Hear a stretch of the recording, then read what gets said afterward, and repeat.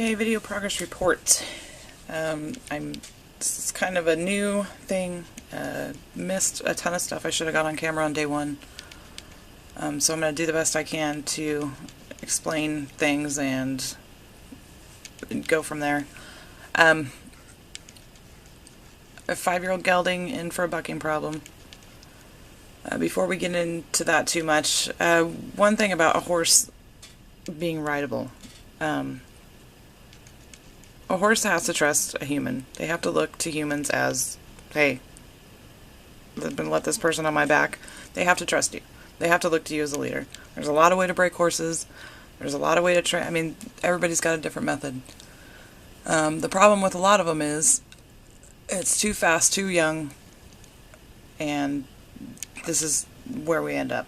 And not all the time. Some horses just handle things differently than others, but there's a lot of people that, take a bucking horse and, oh, that's useless, they'll end up at auction or, at a rodeo or a million different places. But really, he's 5 years old. Bucking has probably stemmed from many bad experiences. Horses can't talk. They communicate with each other with body language. Too many people don't use enough body language, don't listen to their horse enough, and miss the warning signs. What I like to do, especially with problem horses when they come in, is evaluate them. Just watch them, see their behavior, see how they feel about things. This little clip, I wish I would have gotten a lot more on day one because there was a lot more I could point out, but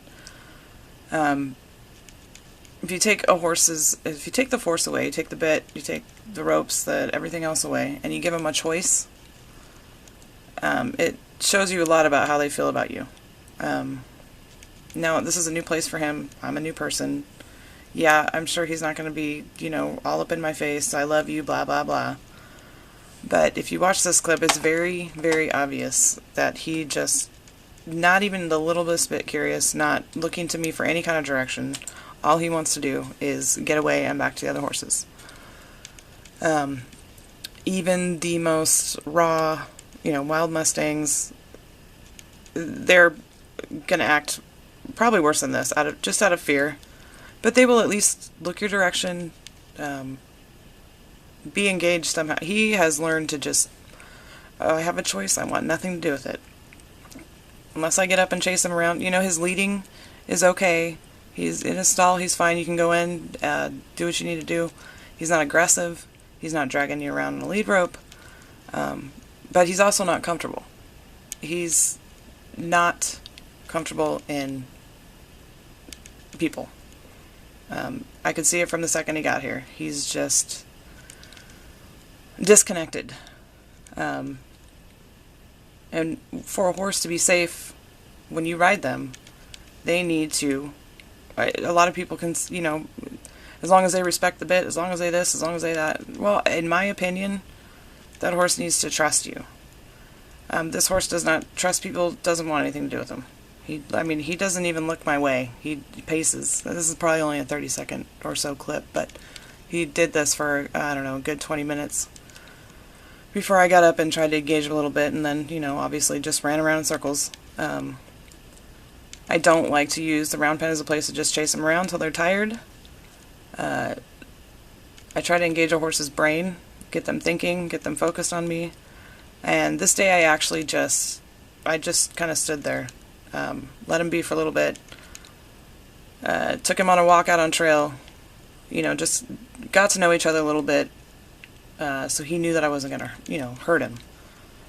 Day 2 we did the same thing. I didn't get nearly enough on camera. But you can see there, wants nothing to do with me. Nothing. Not one little look for, hey, is there something we're going to do? Or, no, he wants to go back to the other horses. Before I came in here, he wasn't like this. I was kind of watching him from a distance, and he was much more relaxed, exploring the round pen, sniffing stuff, and as soon as it's a people thing. You can see it right away. So the next day, obviously, I just established that I'm not going to hurt you. Gained a little, try to get him to trust me a little bit. So now we're on day 3, and I'm going to officially do his first real round pen. Round pen I use for trying to get them to engage in a conversation with me. Everything with horses is body language. You use body language to engage a horse, you're going to get into their brain. They're going to start thinking about it. You don't want a horse to do stuff for you out of fear. You want them to do it because they respect you and they trust you. And actually, I'm going to have to... Okay, we're going to have to make a second one of this.